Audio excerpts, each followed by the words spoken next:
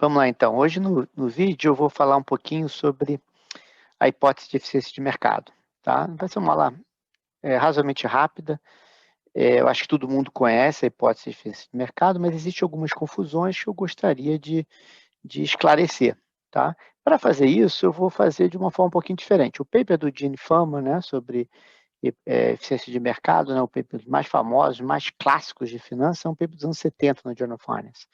Mas eu vou começar a discussão falando desse paper de 73, no Journal of the Royal Statistical Society, um paper do Kendall, que era um mega estatístico no Reino Unido, né? E a ideia dele, né, era um cara de Cambridge, então ele conviveu com John Maynard Keynes em Cambridge, né? E, e obviamente foi muito influenciado pelo Keynes, que não apenas era um economista, como era um probabilista também. Tem um livro muito clássico, né, de probabilidade de estatística. Então era um cara com quem ele interagia muito. E a ideia dele é genial, né? Não deu certo, mas é genial, né? Eu acho que ele teve uma sacada muito interessante. Ele estava pensando nos economistas de ciclo de negócios, né? Nos anos 50, que é exatamente ali no pessoal de Cambridge, pós-Keynes, né? Que é mais anos 30, e aí naquele o pessoal muito influenciado pelo Keynes querendo entender ciclo de negócios na economia. E o que eles faziam, basicamente, era seguir diversos indicadores macroeconômicos para tentar entender como é que a economia saía de recessão e entrava em boom, né, em crescimento.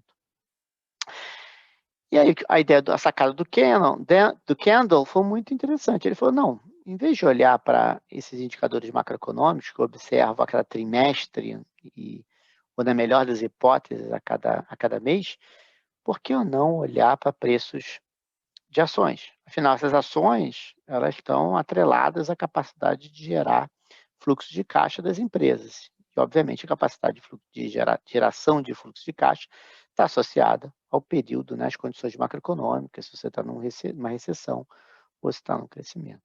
Então, para ele fazia muito sentido, né, e eu acho que é uma pergunta natural, tentar entender, tipo, olhando para os preços de ações, né, as perspectivas econômicas de cada uma dessas firmas durante o ciclo de negócios, né, entre esses picos e vales aí, né? Aí ele olhou para os dados e não achou nada. A conclusão dele, errada, né, vem muito de novo dessa influência do John Maynard Keynes, né? Basicamente ele pegou esse espírito animal que o John Maynard Keynes falava, né, e ele falou, tem espíritos, o animal spirits, né, que estão dominando o mercado, essa psicologia de mercado que é errática, né, que basicamente um reflexo de irracionalidade, que faz com que esses preços, a gente não consiga observar nenhum tipo de aleatoriedade nesses preços. Tá?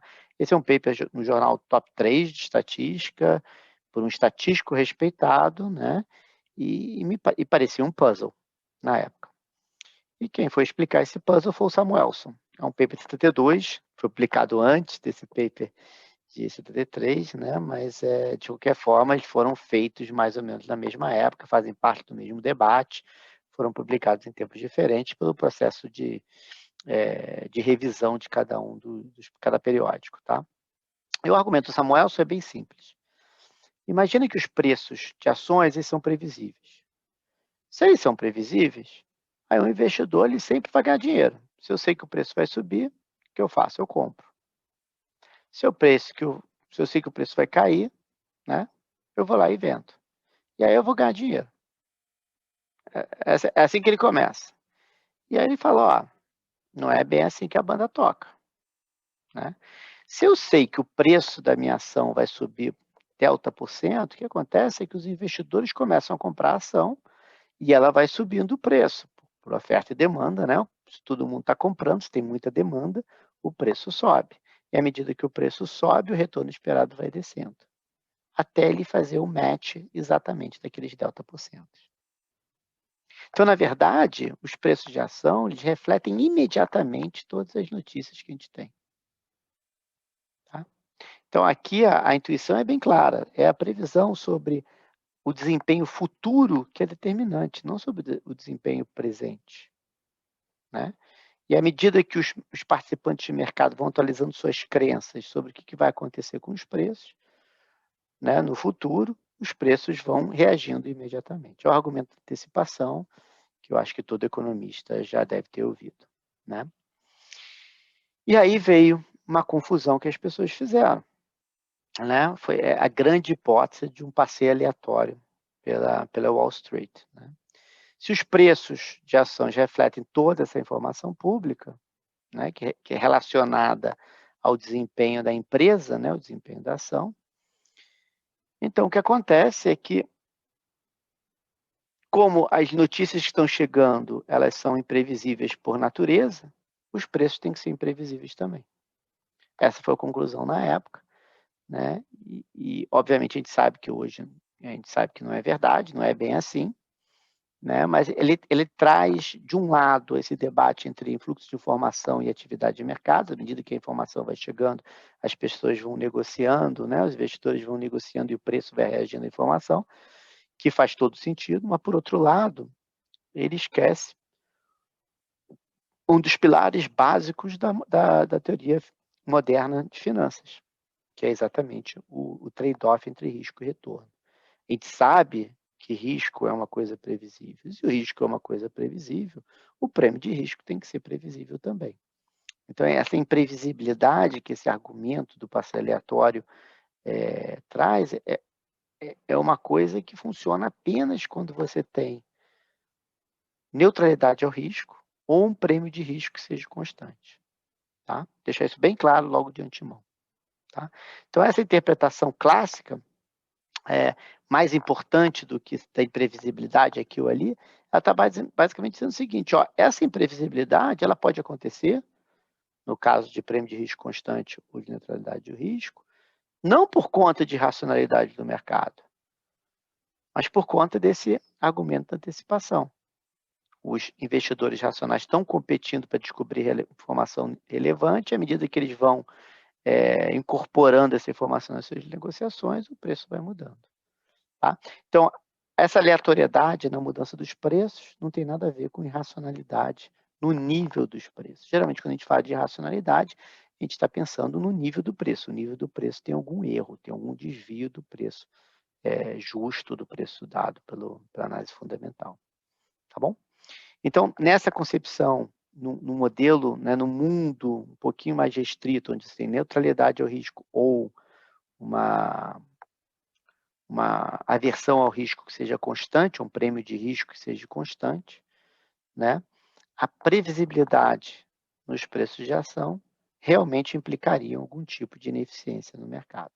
Por quê? Porque os investidores não estão usando toda a informação perfeita.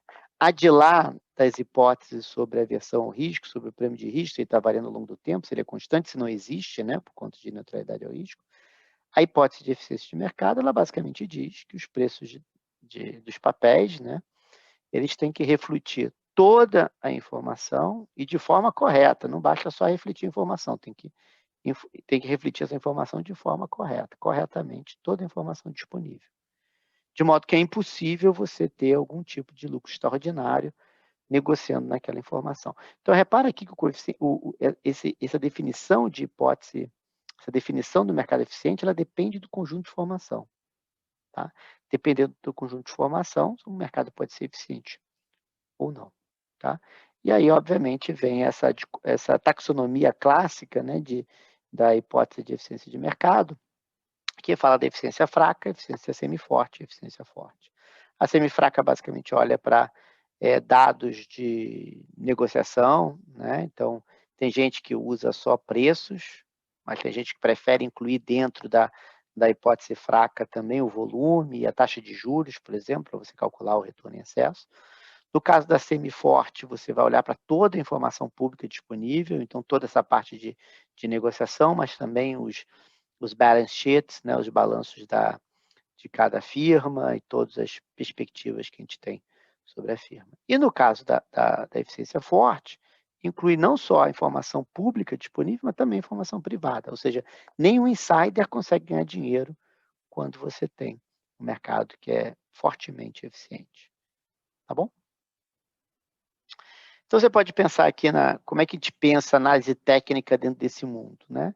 Se o mundo fosse realmente imprevisível, então vamos assumir aqui que a gente está com um prêmio de risco constante ao longo do tempo, ou que a gente tem neutralidade ao risco, ou seja, o prêmio de risco é igual a zero, a análise técnica não pode funcionar. É isso que é a implicação de mercado eficiente. Ela não pode funcionar. Tá? Se você pensar num mundo um pouquinho mais geral, onde você tem um prêmio de risco variando ao longo do tempo, aí você pode ter persistência, alguma persistência nos dados, né, nos retornos dos ativos. E aí, quando acontece isso, a análise técnica passa a ser uma coisa que faz sentido. Né? E talvez seja por isso mesmo que ela exista, né? Que as pessoas tenham começado a fazer análise técnica porque encontraram algum tipo de padrão de persistência. Qual é o problema de análise técnica em geral? Né? Acho que tem dois problemas. Um é um problema de jargão. Né? Um jargão que eu, como econometrista, não consigo entender. Falar de ombro, cabeça, para mim é complicado. Eu sou um econometrista, eu entendo sobre autocorrelação, persistência, né? Então, existe todo esse jargão hermético, né? Que é um problema em si, não no sentido de ser problemático para análise técnica, mas para a gente entender e para o debate avançar. E o segundo é o chartismo, né? mais olhando para o chartismo, que é praticamente você está fazendo econometria com o olho, em vez de fazer um teste estatístico para tentar entender quais são as propriedades de autocorrelação e da autocorrelação parcial, você com o olho quer identificar um padrão. O problema disso é que quando a gente olha a visão humana, ela foi feita para identificar padrão, mesmo quando não existe padrão. Tá? E aí você tem um problema, é como se fosse um problema de overfitting, né?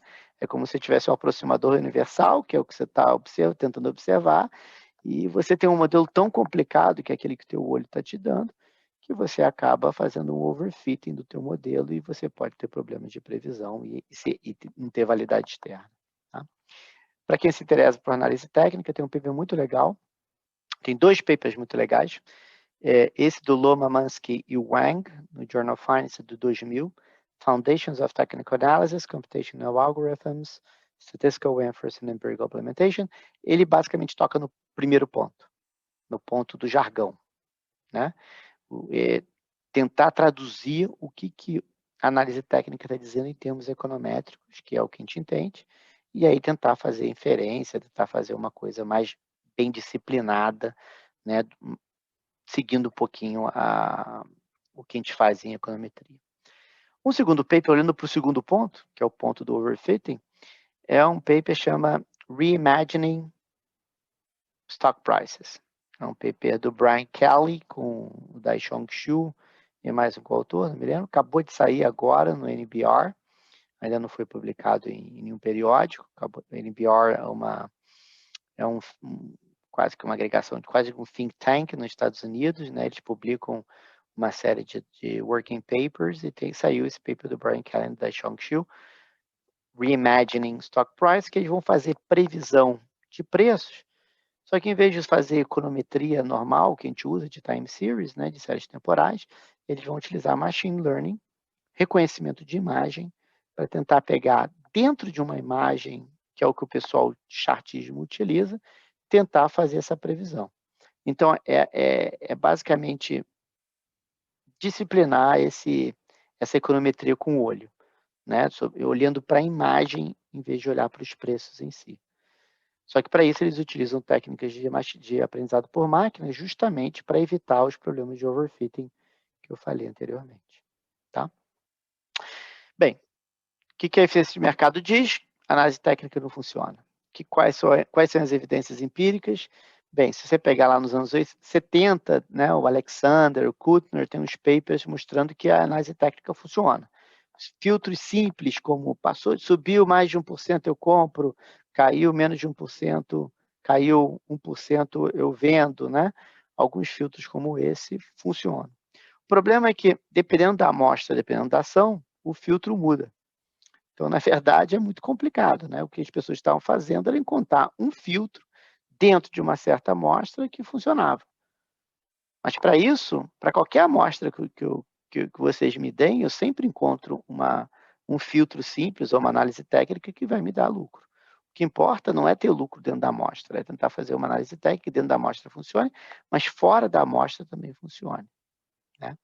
E aí a gente tem um procedimento estatístico chamado o cheque de realidade, o reality check, que basicamente faz o seguinte, ele vai traçar trajetórias alternativas do preço, utilizando o Bootstrap, imagino que vocês vão ver isso em econometria, e nessas trajetórias alternativas a gente avalia se a análise técnica está funcionando. Então, a gente não avalia a análise técnica apenas naquilo que a gente observou.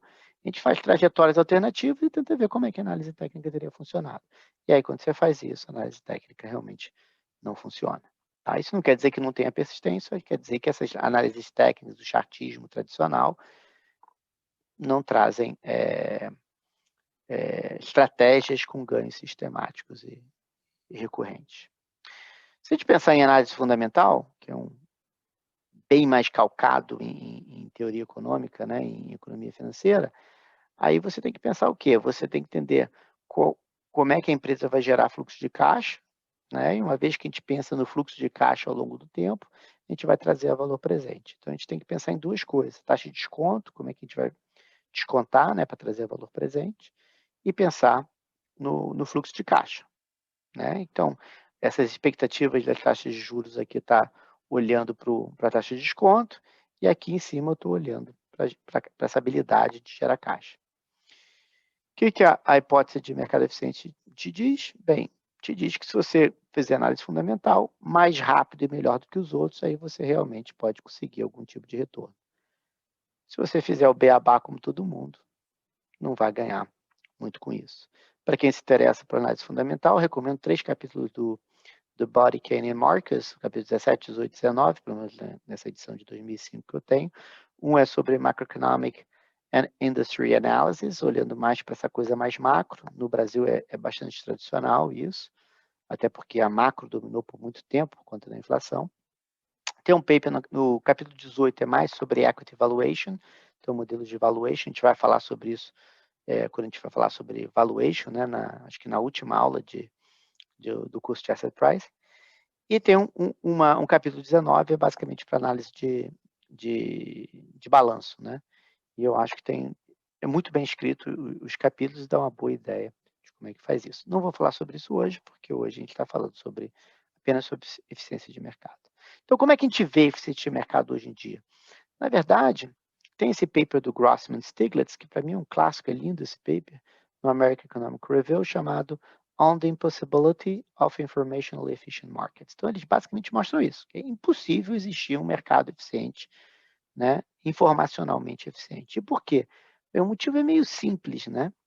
Imagina que o mercado é eficiente. Se o mercado é informacionalmente eficiente, não faz o menor sentido eu gastar meus recursos analisando os papéis para tentar entender se os preços estão direitinhos ou não. Não tem erro de apreciamento, por definição, porque o mercado é informacionalmente eficiente. Aí o que acontece? Basta alguém digitar um número errado, aparecer algum tipo de erro, que esse erro vai se perpetuar para o resto da vida. Né? Então é um equilíbrio muito instável, porque não tem ninguém tentando entender se os preços estão corretos ou não. Tá? Então, aqui nesse modelo, ele mostra que, obviamente, é um equilíbrio instável. Se você desvia um pouquinho desse equilíbrio, você nunca mais volta. Então, a probabilidade de você estar no equilíbrio onde todos os preços estão corretos é zero. E aí eles montam um modelo, basicamente, onde os investidores vão despender tempo e recursos para coletar e processar toda essa informação, né? De modo a ganhar algum tipo de retorno por causa disso. Então, o retorno que os investidores recebem é como compensação por esse serviço que eles provêm, né, de manter o preço correto e justo, os preços relativos. Isso é extremamente importante, porque toda alocação de capital, de risco, né, no mercado financeiro, vem dos preços corretos. Então, os preços têm que estar corretos para ter uma alocação eficiente. Né? Então, aqui nesse mundo do Grossman-Stiglitz, né, a eficiência de apreciamento pode diferir entre um mercado e outro, entre um papel e outro. Né? Então, a gente não fala mais de eficiência de mercado absoluta, porque é uma coisa que não existe, mas a gente fala de eficiência de mercado relativa. Então, mercados avançados contra mercados emergentes, ações pequenas contra ações grandes, a gente tem muita informação, e aí você pode ter erros de apreciamento aparecendo aqui e acolá, né?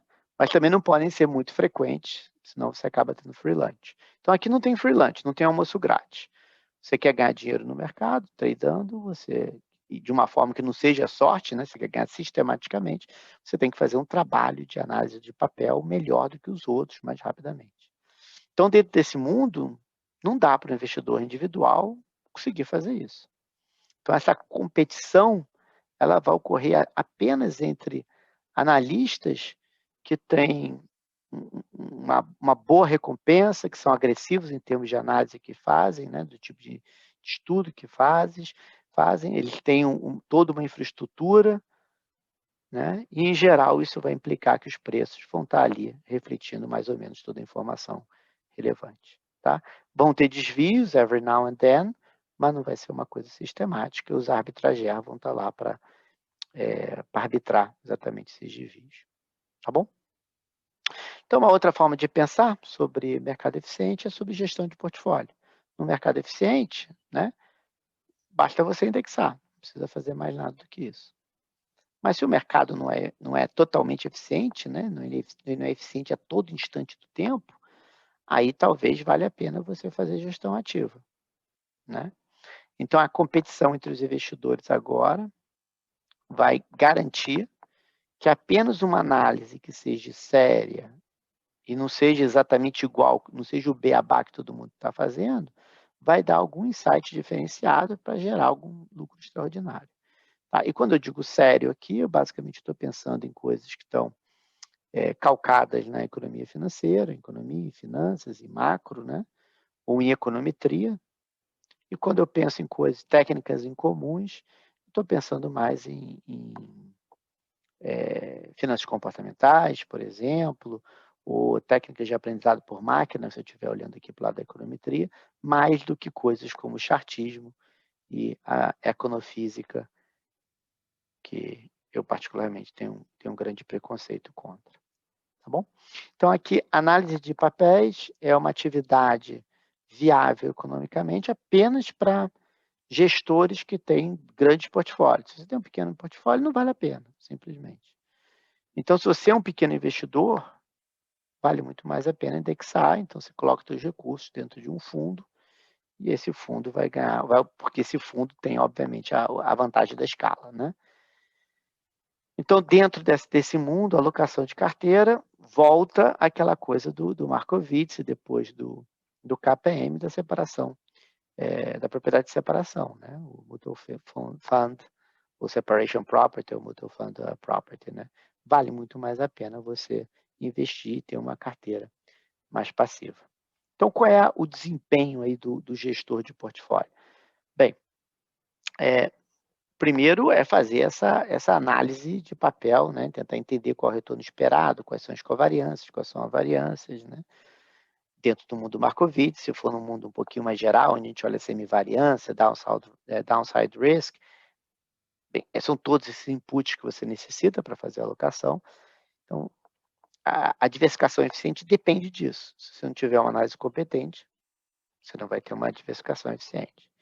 E mais do que bater o mercado, o que você quer fazer é fazer uma gestão de carteira que vai fazer um matching com o perfil do investidor. Então, você pensa na idade, quais são as considerações tributárias, a aversão ao risco, que tipo de emprego que tem, e, obviamente, você quer fazer esse tipo de match. No caso de wealth management, de gestão de riqueza, aí você está trabalhando com a riqueza, tipo, um bom chunk da riqueza de uma família.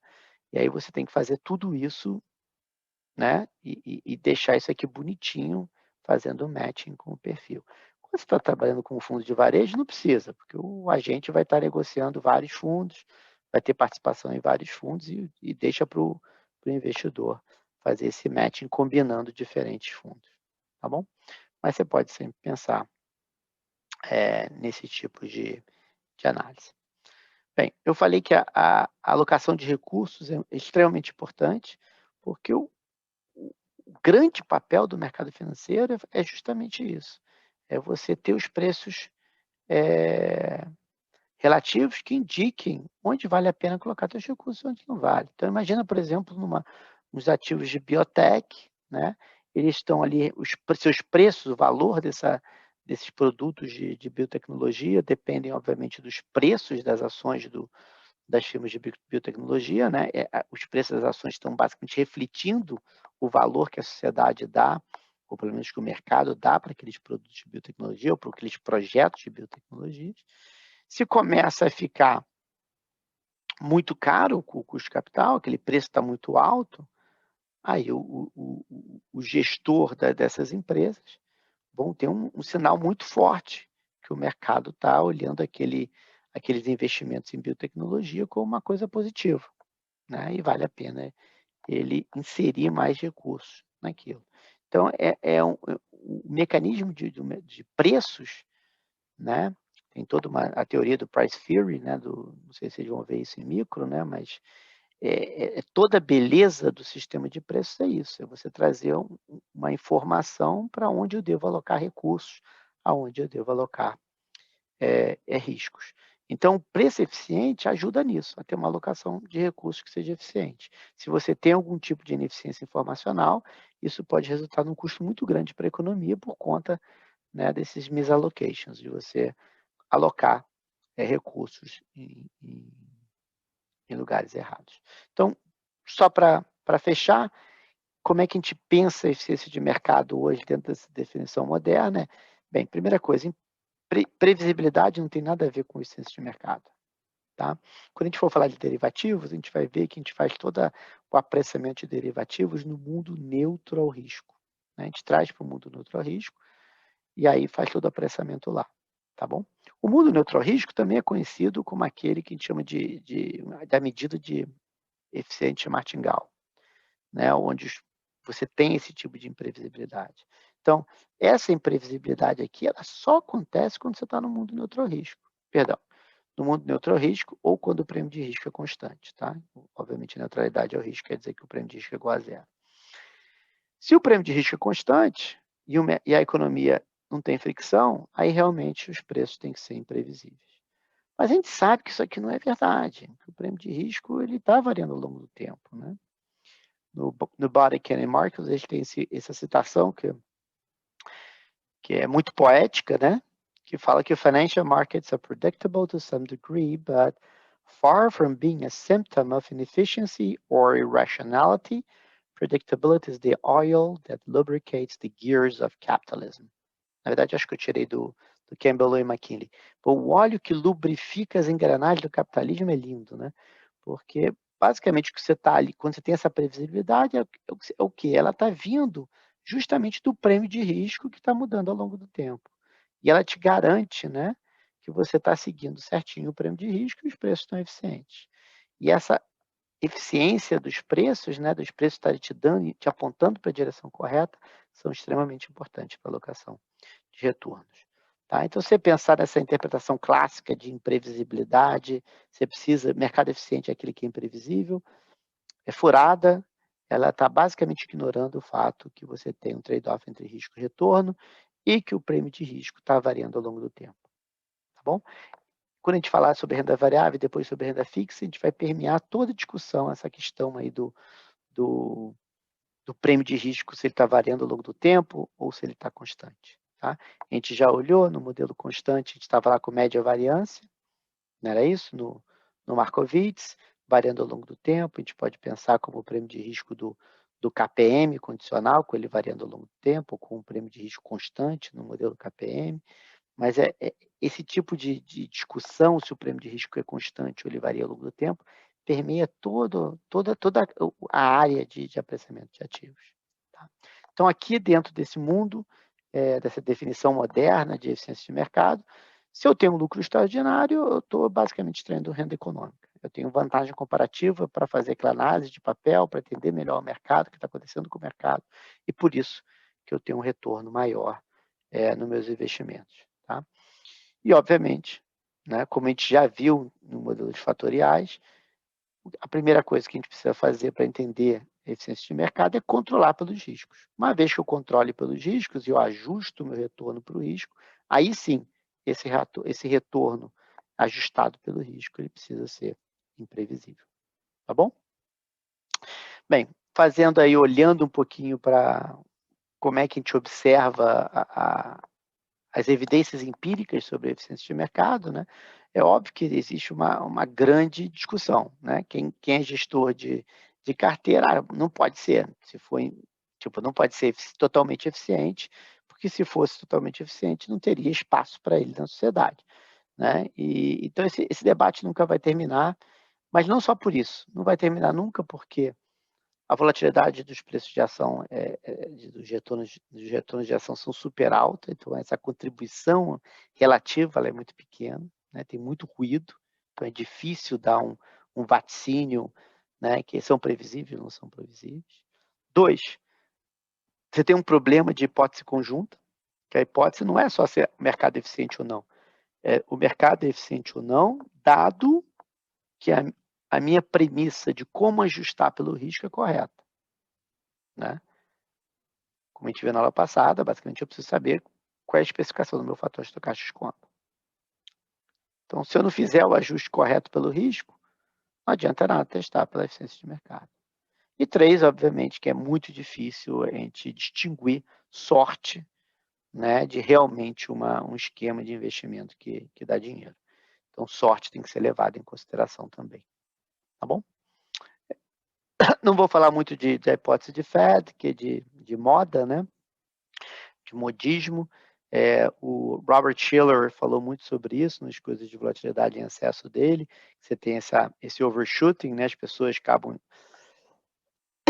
acabam reagindo de forma exagerada às notícias, depois volta o preço, né? Não vou falar muito sobre isso, mas, de novo, é sempre o mesmo. A evidência de modismo é muito complicada, de sobrereação é muito complicada, porque você pode pensar que na verdade aquilo não é uma sobrereação, é apenas uma reversão à média por conta do fator do prêmio de risco que está mudando ao longo do tempo, tá?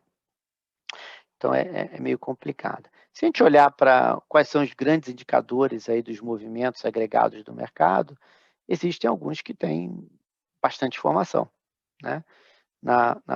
Daqui a pouco a gente vai falar sobre modelo de valor presente, e lá quem vai ser a grande estrela vai ser exatamente o dividend yield, né?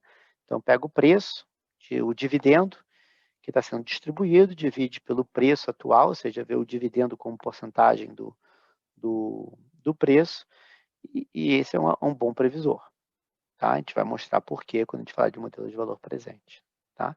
E, de novo, existem vários outros indicadores que as pessoas vêm falando ao longo do tempo, ao longo dos anos aí, que parecem ter algum tipo de previsão, especialmente no longo prazo, tá bom? Então, os mercados são eficientes? Essa é uma pergunta super difícil de responder, para não dizer impossível, dado que a gente não conhece o fator estocástico de desconto, dado que a gente não sabe exatamente como ajustar pelo risco, o máximo que a gente tem são aproximações, mas eu acho que existem anomalias o suficiente para a gente desconfiar, né? Que os preços estão sempre corretos, né? Se a gente pegar aí talvez o banco de dados mais geral sobre anomalias de mercado, a gente está falando aí de 94, 110, entre 90 e 110, 115 anomalias de mercado, né? E aí, acho que quando você tem por volta de 100 anomalias de mercado, acho que a gente tem que parar e pensar, pô, de repente não está tão eficiente assim. Mas, por outro lado, acho que o mercado é suficientemente eficiente para que não exista nenhum almoço grátis, tá? Não é exatamente sobre eficiência de mercados, mas tem esse paper do José Alexandre Schenkman com Wang Zhong, no 2005, aqui tem a referência no site, é um survey, e é basicamente sobre essa agenda do Zé Alexandre, para entender bolhas. Mas lá fala sobre vários casos, né, onde a eficiência de mercado não estava funcionando, né? Acho que o Palm talvez seja o exemplo mais óbvio que me vem à cabeça. Vale a pena pensar um pouquinho sobre isso. E para terminar o vídeo de hoje, eu vou falar um pouquinho sobre eficiência de mercado em real time, só para convencer vocês que realmente é uma coisa importante. Então, esse aqui é baseado num paper do Booth and Green, no Journal of Financial Economics, de 2002. E é um paper bem interessante. Eles pegam um programa na CNBC que eles têm de manhã e no meio-dia, né? E eles basicamente tem esse programa e vem o analista, fala um pouquinho das análises feitas pelos grandes bancos. Tá? Em particular aqui eu vou mostrar um exemplo, né, que está nesse endereço, e é sobre um analista, acho que do Bank of America, mas não tenho muita certeza, e ele está falando sobre uma empresa da indústria farmacêutica, tá bom? Então, a gente vai fazer um estudo de evento aqui, que é basicamente o seguinte, a gente vai seguir o preço da ação até o momento que o jornalista, o âncora, né, fala sobre as opiniões do analista. Né? E as opiniões do analista são bastante otimistas, então você espera que tenha um impacto aí positivo no preço, e a gente vai observar o que vai acontecer com o preço naquele instante. Então, é real time mesmo, a gente vai estar olhando aí na alta frequência, tá bom? Só para dar uma ideia de volume de negociação, né? A definição do evento aqui é quando o ticker symbol, né, o símbolo da empresa aparece na tela, então esse é o momento zero, e se você contar os 15 minutos anteriores a esse momento zero, você teve por volta de 30 negociações naquela ação.